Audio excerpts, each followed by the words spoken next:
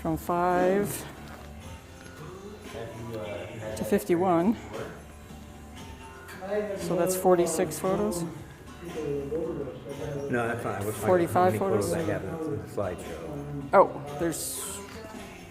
Let's look. Yeah, so I want to know when my last one is. I know my first one. This was Comandante Tacho, right? You're talking about your photos, not the whole thing, but your photos. When I talk about the book. Ah.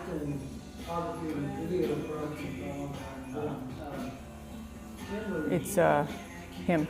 And then go to Retrato Feluccia. Scroll back up. There's Alberto Coromio and then him. Yep. 2 Moyle photos. Pichon. So there's 5 total. I don't know. Did you put them in here? Oh, he's at the end.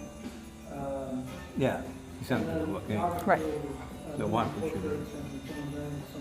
And you could mention, some of these are my photos. Yeah. Are in the book. Of course. Okay? Of course.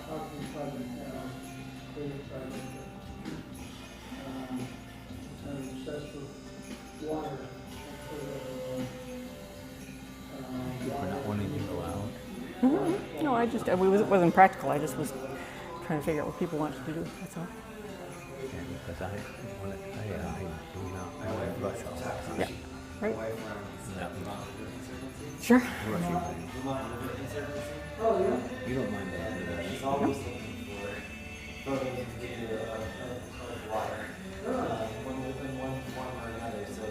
She'll leave here later.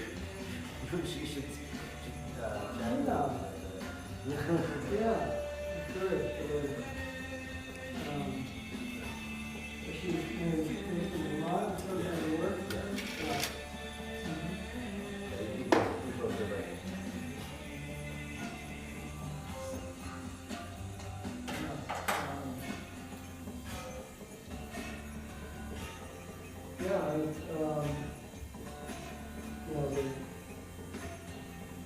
Humans are all very clear to identify and survive water and they're important. Yeah. Part of my work is not just sort of familiar with water, but oh, cool. Yeah.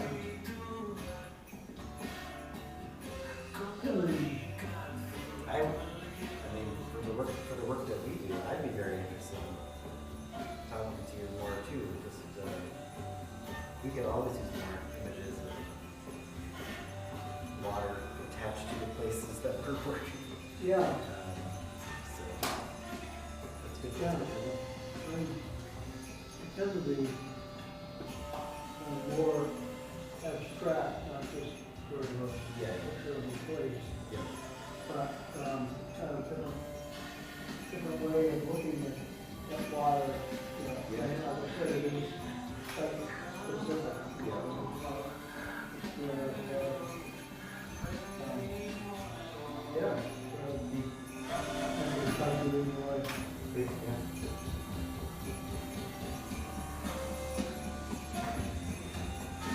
So this is the first stop in Vermont. I think that's right. There.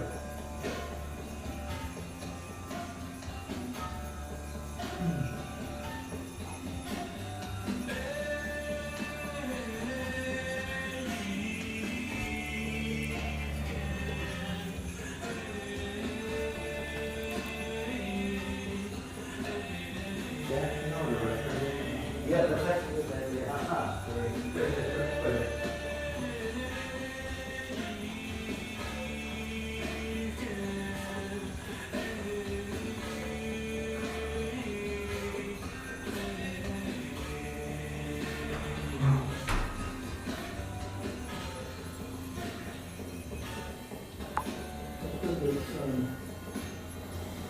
Orca. Yeah.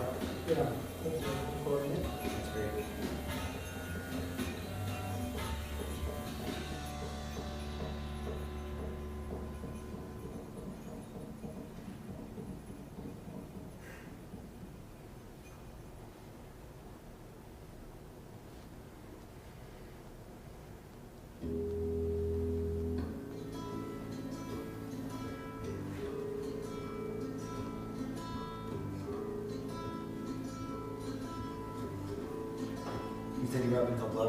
recently?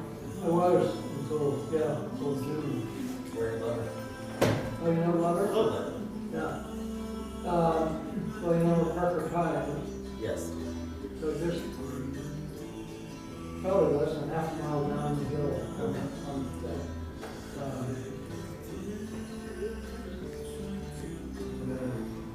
forgot the rest, or you forgot the name It's okay. of the street, anyway, the road, right up Yeah, yeah. to Parker High.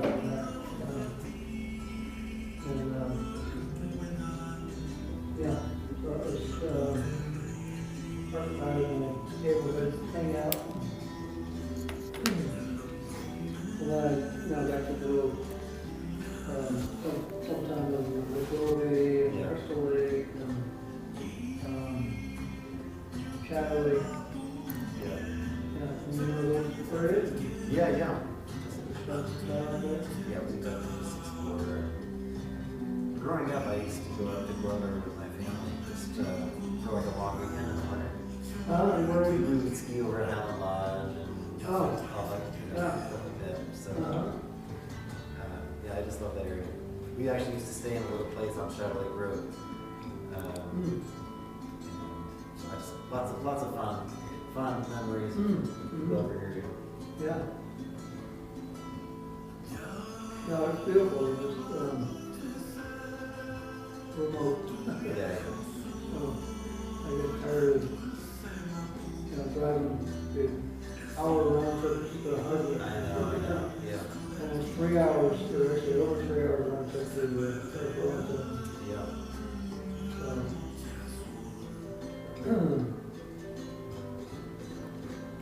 Do you know, Arthur, do you know Topper and Malcolm? Topper and Malcolm? Topper, yeah. Karen Topper and Malcolm? Yeah. Yeah, okay. Because they're right in Barrie too, right? Oh, they live in Barrie? Yeah, they're right on Okay. Plainfield Brook Road. They're on Plainfield Brook Road. Plainfield Brook Road. The road that goes to Plainfield? I actually was just on that today. It's a beautiful road. Yeah, Changes names a few times. It started Windy Wood or something, and then it goes straight into Yeah, it's beautiful. Plainfield. You know that road? Yeah. Yeah. Yeah, I just was on that today. That road, beautiful road. It goes on the ridge. Ain't nobody here. I think we should get started. 22. Where do you want me to stand? Wherever you want to. Not in front of the photos. Huh? Not in front of the photos. Should I stand where you want? Sure. Is there a... Okay, and then I have to put the microphone on? Yes. And maybe not back here because you might be too much blocked by the screens, but maybe to the side. Over here. Okay.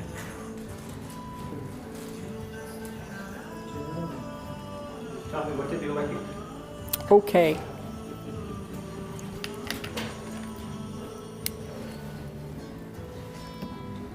So Ann, Yes. before you start, you should say that this has not been reviewed by the administration. We don't have the It's not regime compliant. It's Trump stamp. No, nobody's seen it yet, so I don't know what we can say. Okay, well, thank you all for coming out tonight and joining us for the first of our 3 events in Vermont. We're talking about, we need to turn off the music.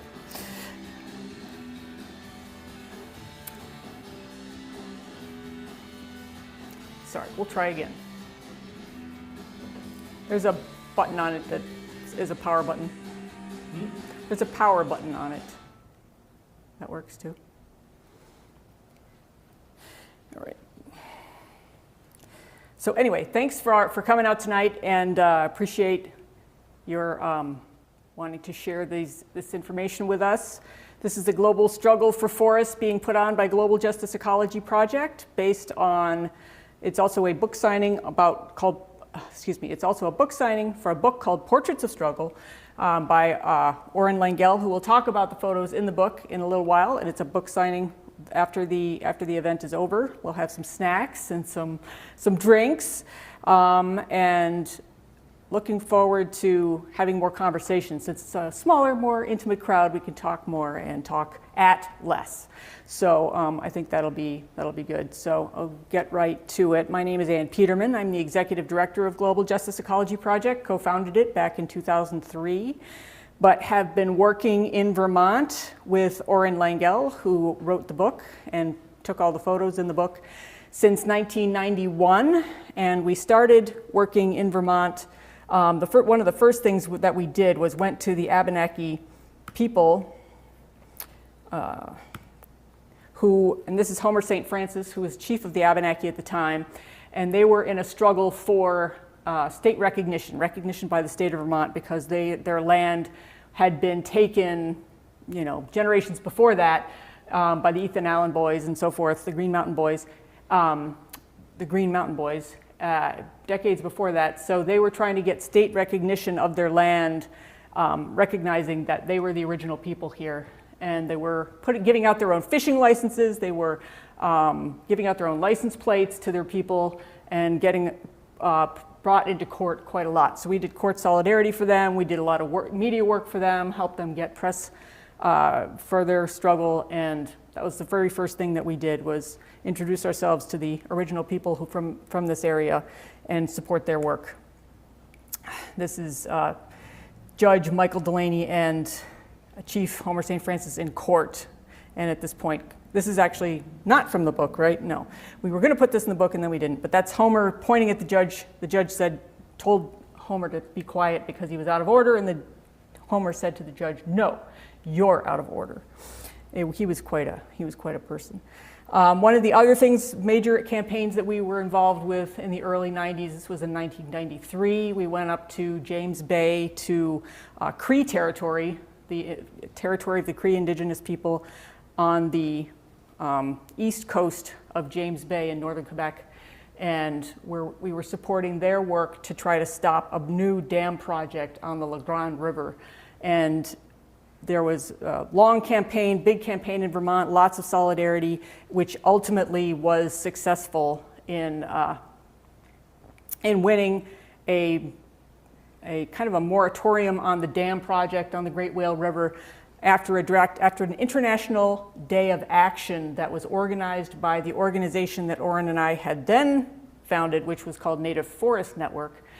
And the Hydro-Quebec, after our International Day of Action on their 50th birthday, put the Great Whale Project on ice, and it has never been built. They've done other projects up there, diverting rivers and such, but they never built the dam on the Great Whale River, which is where this woman is standing.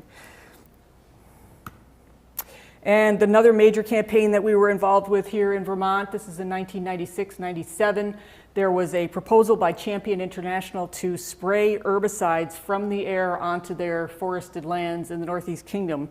And there was a major outcry about it, and the government of Vermont was forced to commission a panel called the Forest Resources Advisory Council.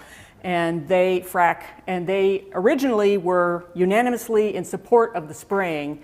And then after all of these public hearings happened all over the state, and people coming out doing direct action, Bread and Puppet came out and shut down their public hearing here in Montpelier. They did public hearings in Northeast Kingdom. I think this is an island pond. And this very slimy guy here is working for Monsanto, talking about how Roundup is just as safe to drink as a glass of water. And that, it's nothing to worry about here.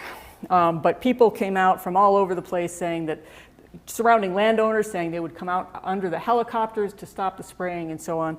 And ultimately, the Forest Resources Advisory Council changed their tune, and at the end of they finally made a decision that was 100% against spraying and in favor of a moratorium. And once the moratorium was passed, Champion International Paper, and Boise Cascade all left the state. So that was a pretty successful campaign. We were part of it. We weren't the only people that were part of it. We were a part of it and helped organize some of the direct actions that were involved. Yep. Yeah, and also when they left, they went to Brazil. They did. And took their whole operation to Brazil.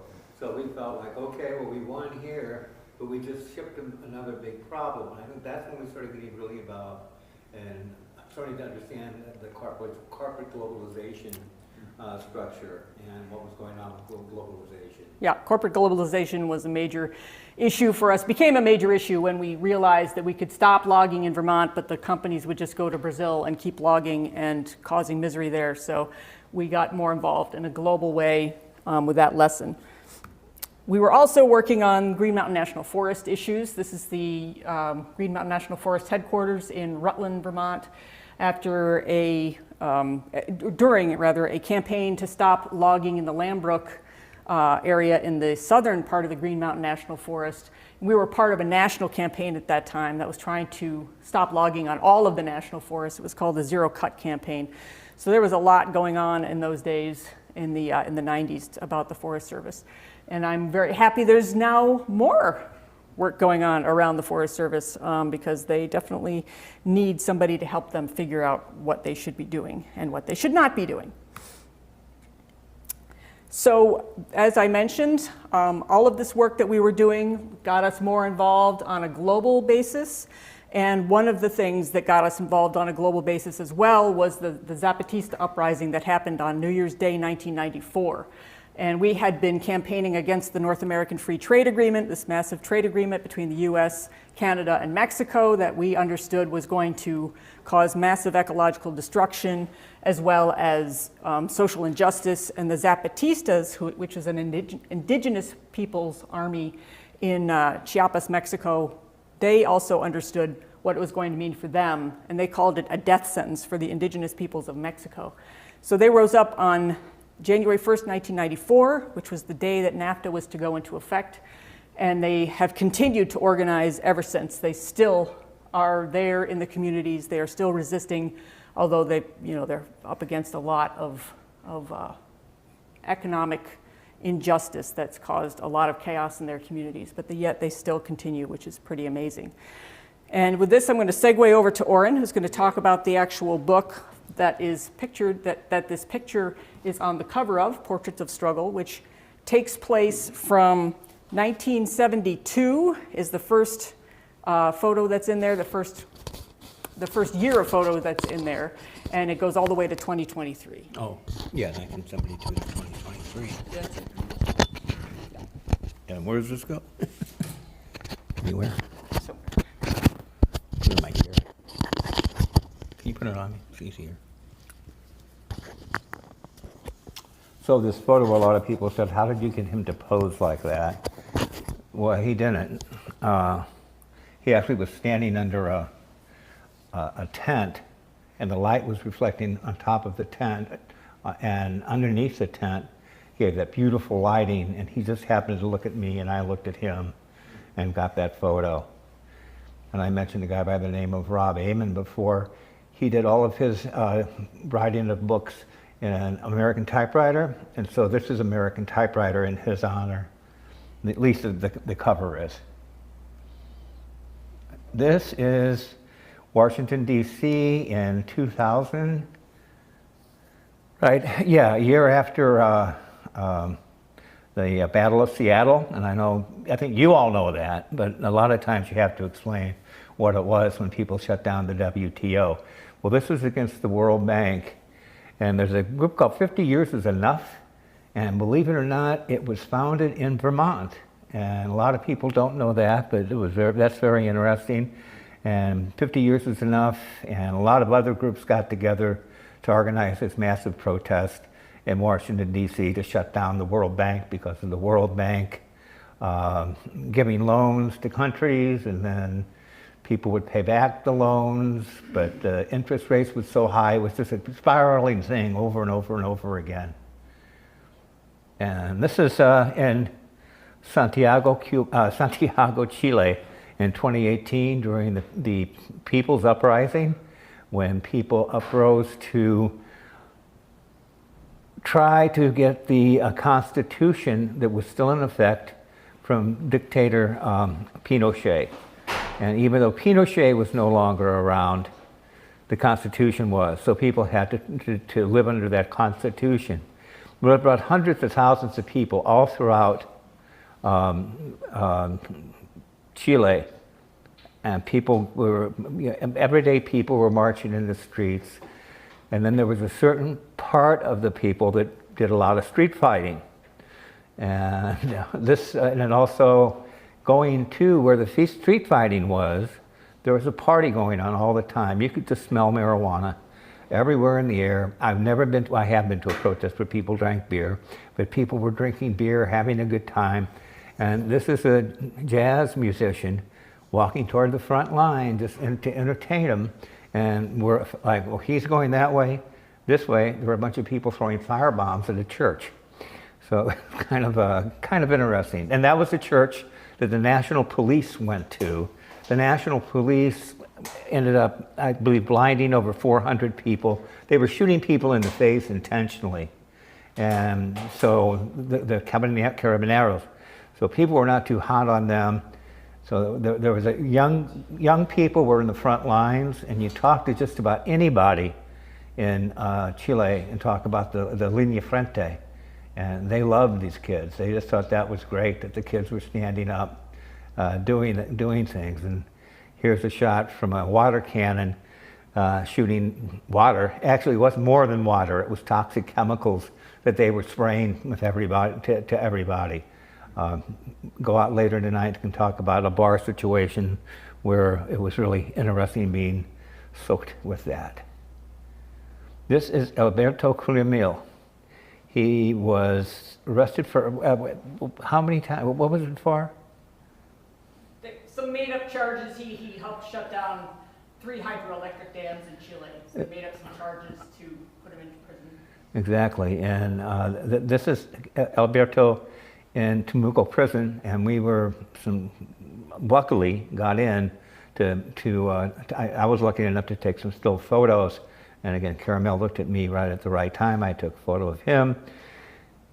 He was the 2018 winner of the Goldman Prize. I don't know if you're familiar with the Goldman Prize, but it's a huge prize out to environmentalists, to indigenous people who have uprose their struggle and who have made it a national thing.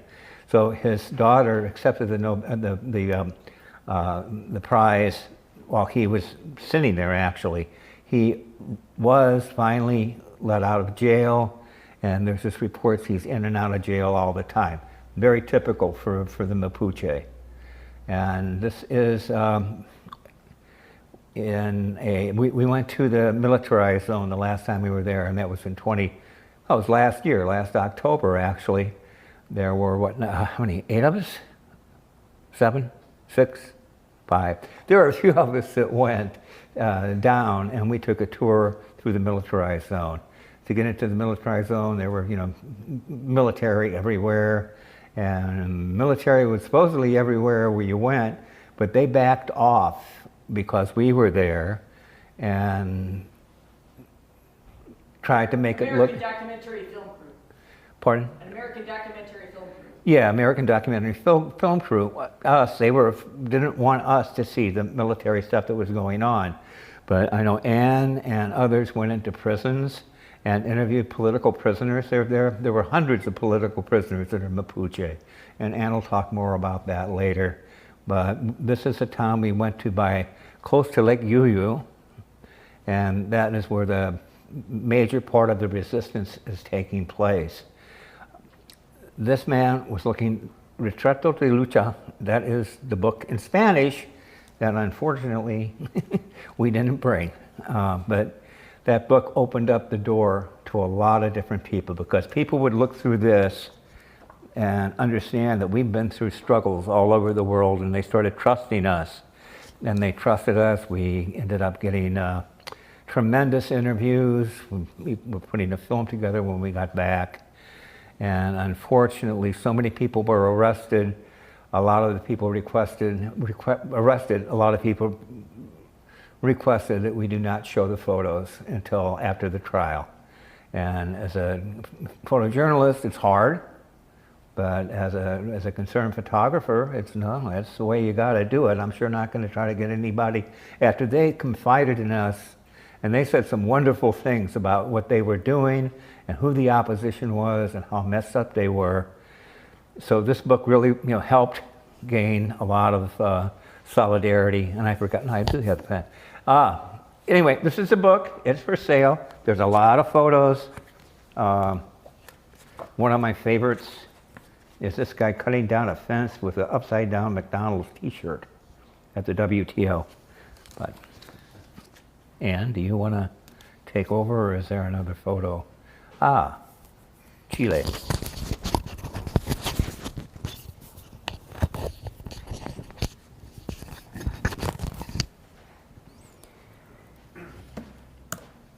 Thanks, Oren.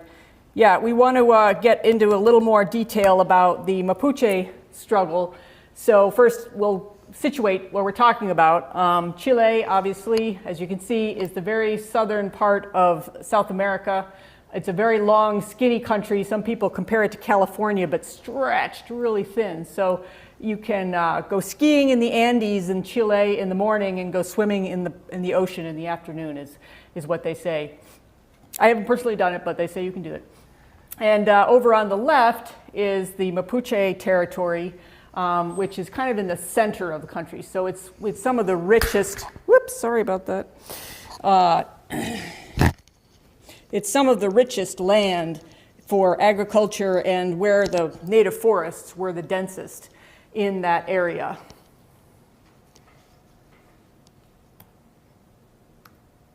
This is what the comparison of the Mapuche territory and where the timber plantations are. So in the 1970s, after a long campaign against the Mapuche people to put them onto reservations and to take away their land, a lot of the land was left as forest. So people could still access the forest, they could still access their traditional medicine, some of their traditional foods, their spirituality, their culture, their language, and so on. But in the 70s, there was a tremendous campaign where the people lost their land. By the end of the Pinochet era, people had lost 95% of their land to timber plantations. So on the left, the green areas are Mapuche communities, Mapuche territory, and on the right is timber plantations, monoculture pine and eucalyptus plantations that have no resemblance to a forest. There's no biodiversity in these plantations. They suck the land dry of water. They catch fire extremely easily. We were down there in 2017 after Chile had had its worst fires ever in its history because of these plantations combined with climate change-induced droughts and heat waves. Since then, they've had another historic fire in 2022-23 fire season. So the winter, our winter, is their summer when they had their fire seasons. So it's been really traumatic for Mapuche communities, the loss of their land to these timber plantations and then the after effects of these plantations. But it's incredibly beautiful land. So where there is still some forest, and this is actually mostly pine plantation, but it kind of looks like forest because it's green, but it's really pine plantation. But this is a territory that people had taken back in 2019 when we went down there for the People's Uprising. We also went down to Mapuche territory where people were taking back their land. And this was the scene from one of the communities that we went to. The Araucaria forest, this is one of the native forests in Chile. And there's a pocket of Araucaria forests that still exists on the Pacific coast. But most of the Araucaria forest is up high in the Andes where they couldn't log them in the first place. And they're incredibly beautiful forests. They're like, we went hiking through one for 7 hours on New Year's Eve in 2004, I think. And you expect dinosaurs to be in them. They're just incredibly gorgeous. They have these big shark tooth looking spines coming out of the trunks. One of the other names for them is monkey puzzle trees, and that's why they're called monkey puzzle trees, because the monkeys would have a hard time figuring out how to climb them. So there's a lot of campaigning to try to save the Araucaria trees that are still remaining in Chile. There are incredibly beautiful rivers all over Mapuche territory. This is the Cautín River. This is the one that was, they want to put hydroelectric dams on that Alberto Coramil helped stop. We were there, we took photos of that one. And this is Lake Yuyu that Oren mentioned briefly. Lake Yuyu is the largest lake that is completely surrounded and controlled by Mapuche communities. So Mapuche communities have come back to this territory and taken back this land. This is actually the front yard of a school in this territory, and that's a greenhouse that's connected to the school, children learning about their traditional foods and food sovereignty.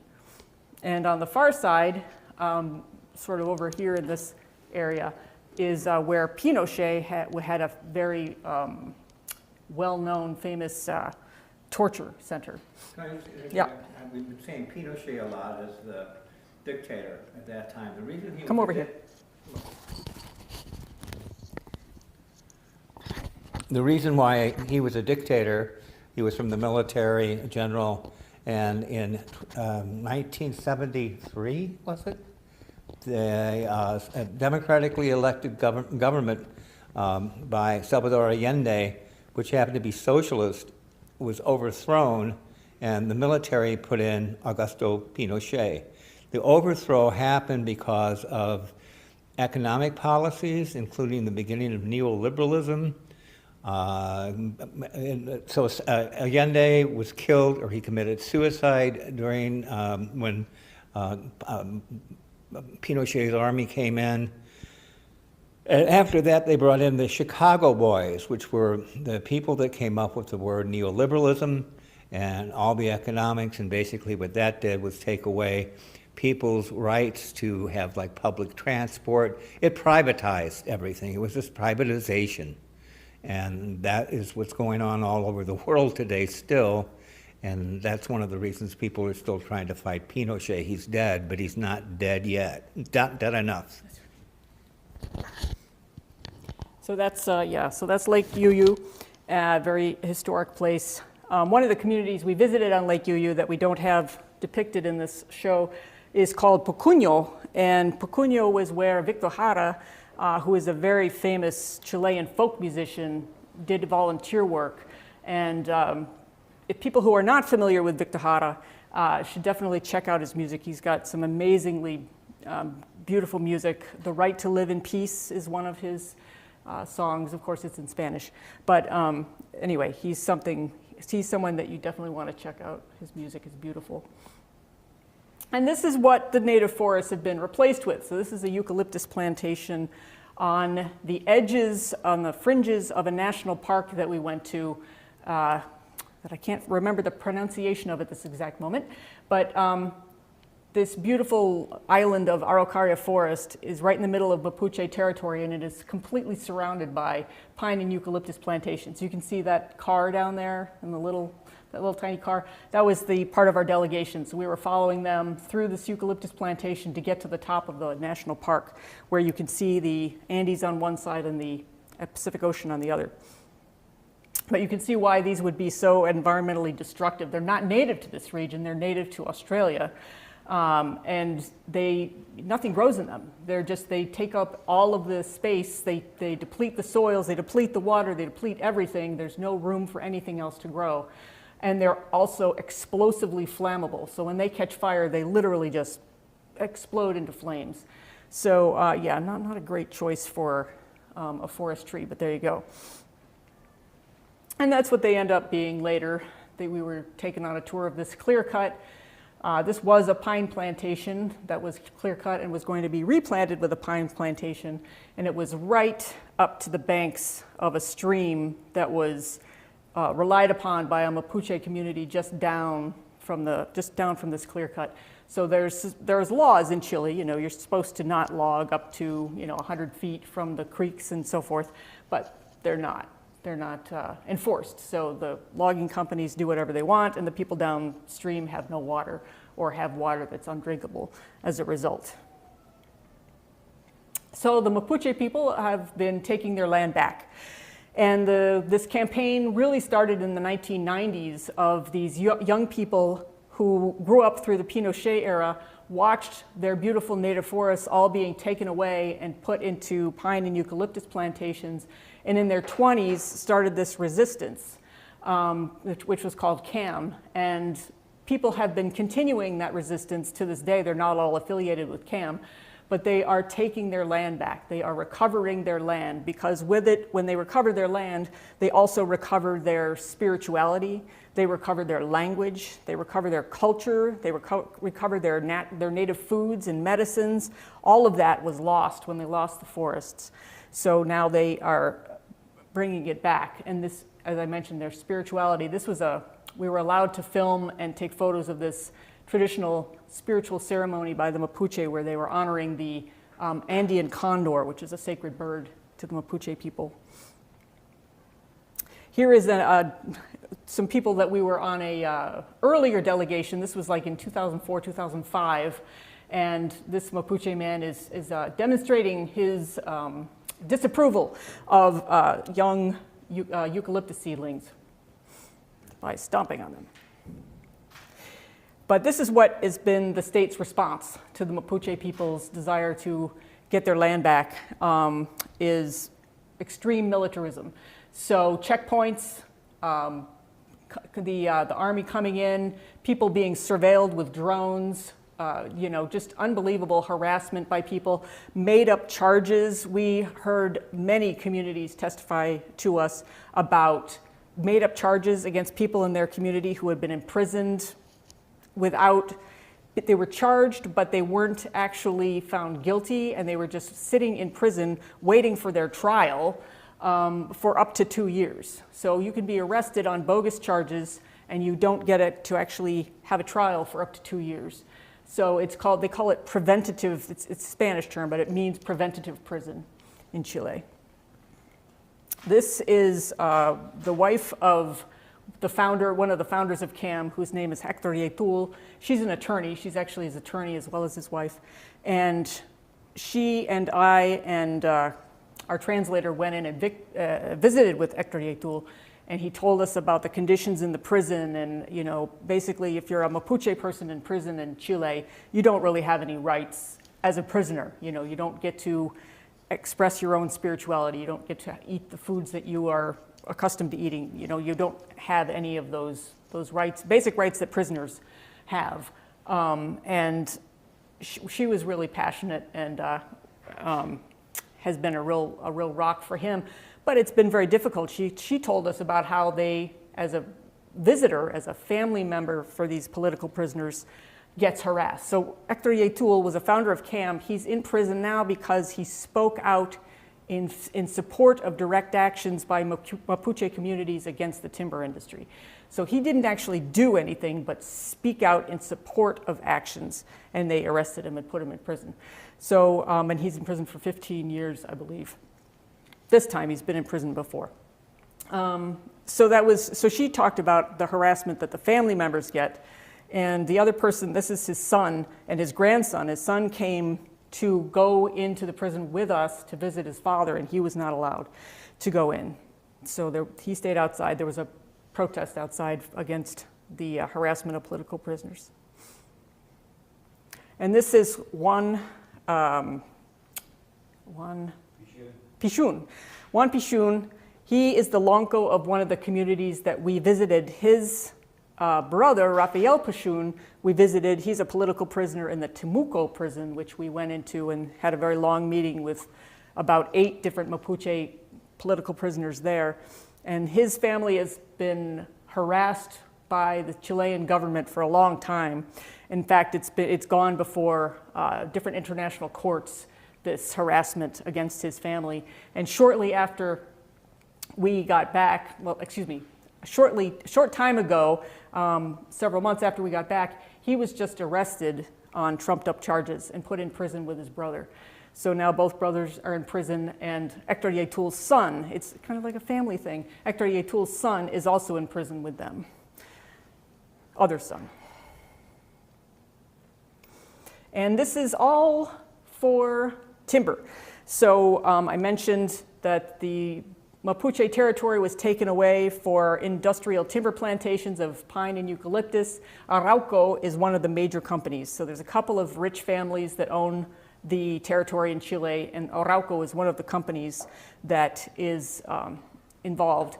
And as you can see, they're their products are made from renewable sources.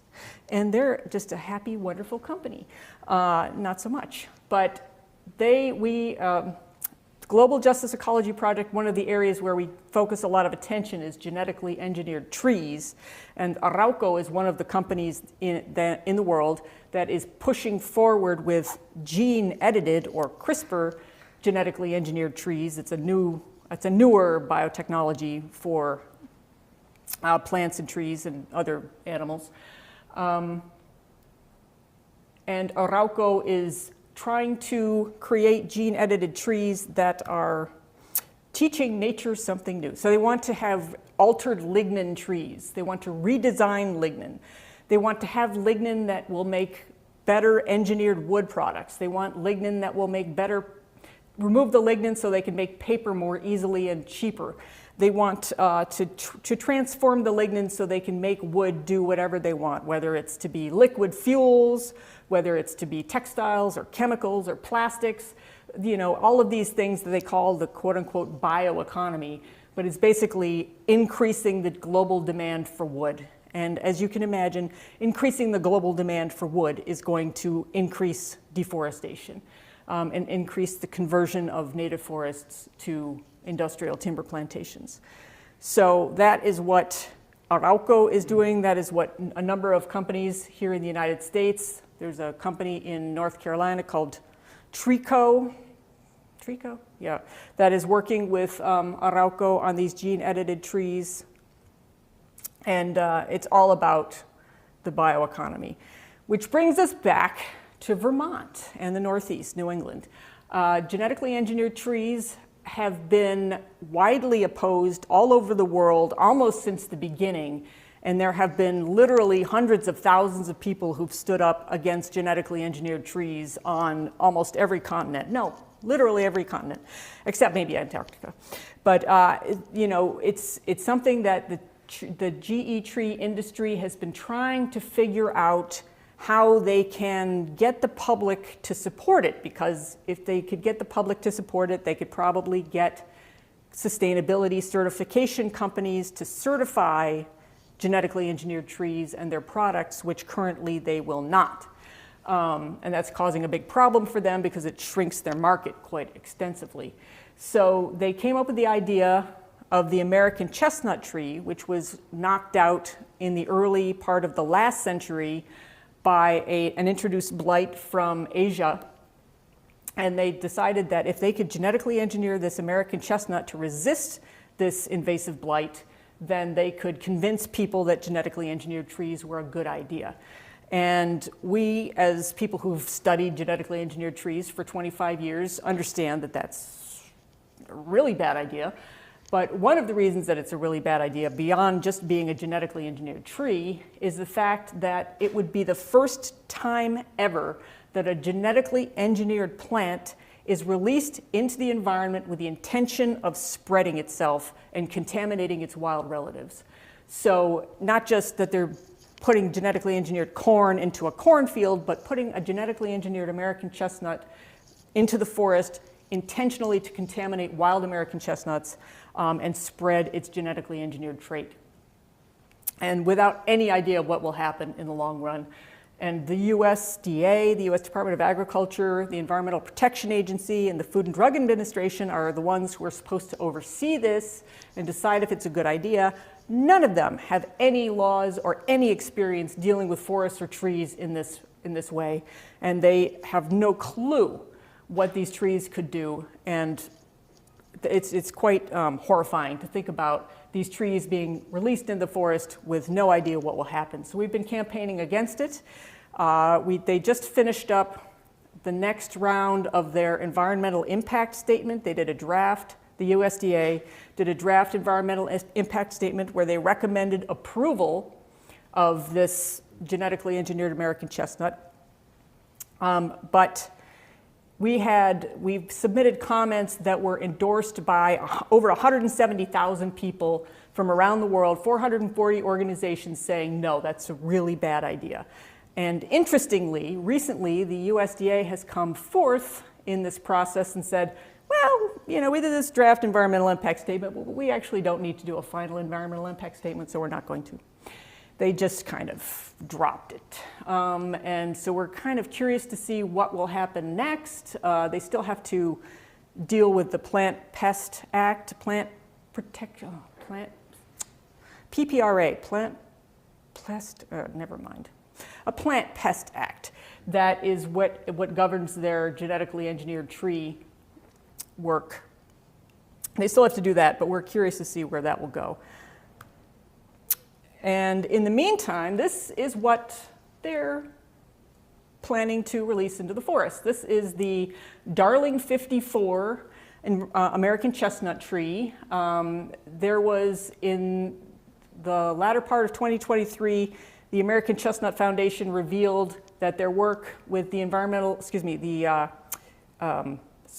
Environmental School of Forestry out of Syracuse had gone a little bit off the rails. ESF had given them the wrong pollen from the wrong genetically engineered variant, and it turned out to be this defective genetically engineered tree that they had been studying for 7 years. It has a deleted gene, a very important gene that's been deleted, has all of these genetic defects in it, and it doesn't, 1/4 of the progeny die outright. The other ones, can spread this very diseased trait to other wild American chestnuts. And so it's a big problem. Yep, thank you. This is the native range of the American chestnut. One of the things that we're going to do after we leave Vermont is go up to Maine. And up there in Maine, there's a person who has a naturalist named Bernd, who has a 400-acre patch of land. And on that land, 40 years ago, he planted some wild American chestnuts that had some level of blight resistance. And now he has documented with students from the University of Vermont over 1,500 American chestnuts growing on his land. Just without any assistance from him, they've been planted by blue jays and squirrels. He documented last year that one American chestnut put out 16,000 nuts. So this is a really incredible, successful comeback story. The American chestnut is coming back on its own. And it's coming back in the north because of climate change. And it's the projections of where the American chestnut are going to go are kind of leaving the south and the mid-Atlantic and heading up into eastern Canada. So Vermont, New England, especially northern Vermont and northern New England are going to be very important for the comeback, the natural comeback of the wild American chestnut because of that. And the idea that you need a genetically engineered chestnut when they're coming back already all on their own is absolutely absurd. So that's why we do what we do. This was kind of a long presentation. I apologize for that. But that is about the last slide. Yes, that was the last slide. Exciting. So we've been doing this for a long time. We do this work all over the world, and we're really privileged to be able to do this work. And thank you very much for being a patient audience. And we'd love to have more conversation and talk about sorry, Zach, I totally forgot. Please come up and talk about the work that you're doing here in Vermont, which is going to get recorded for the local ORCA program. Please talk about, because it's a great segue into exactly what you're doing. Thank you, Ann. Thank you, Ann and Oren, both. That was amazing to learn more about the work that Global Justice Ecology Project is doing. And for those watching, I'm Zach Porter, Executive Director of Standing Trees, which works to protect state and federal public lands, mostly forests, here in New England. And we simply could not do the work that we do without Global Justice Ecology Project, which is our fiscal sponsor and makes everything at Standing Trees hum. Literally would not be standing in front of you if it wasn't for their support and generosity over the last 4 years since we founded the organization. And I'll just quickly say that Standing Trees is working as a local partner and ally of GJEP to make sure that we have amazing native forests that are allowed to grow old right here in New England. And we are always looking for more people to get involved. So check us out, standingtrees.org, and find out how you can take action locally and for forests across the nation. So thank you. Back over to you, Ann. Yeah. Thank you so much, Zach. And as he mentioned, I didn't put it up on the last slide here, but globaljusticeecology.org is our website. And you can find lots more about this work and all kinds of other work that we're doing. Portraitsofstruggle.org has the book that we had in the beginning. You can see it there in the corner here, Portraits of Struggle. That's the Spanish version. So you can check that out at also portraitsofstruggle.org and stopgetrees.org. You can find all kinds of information about our campaign to keep genetically engineered trees out of our wild forests.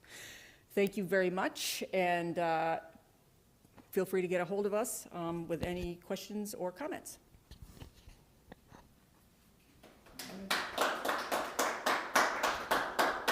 Well, I'd like to invite people to come and have some snacks and wine and whatever people would like, and I'm here to sign books, if anybody wants a book.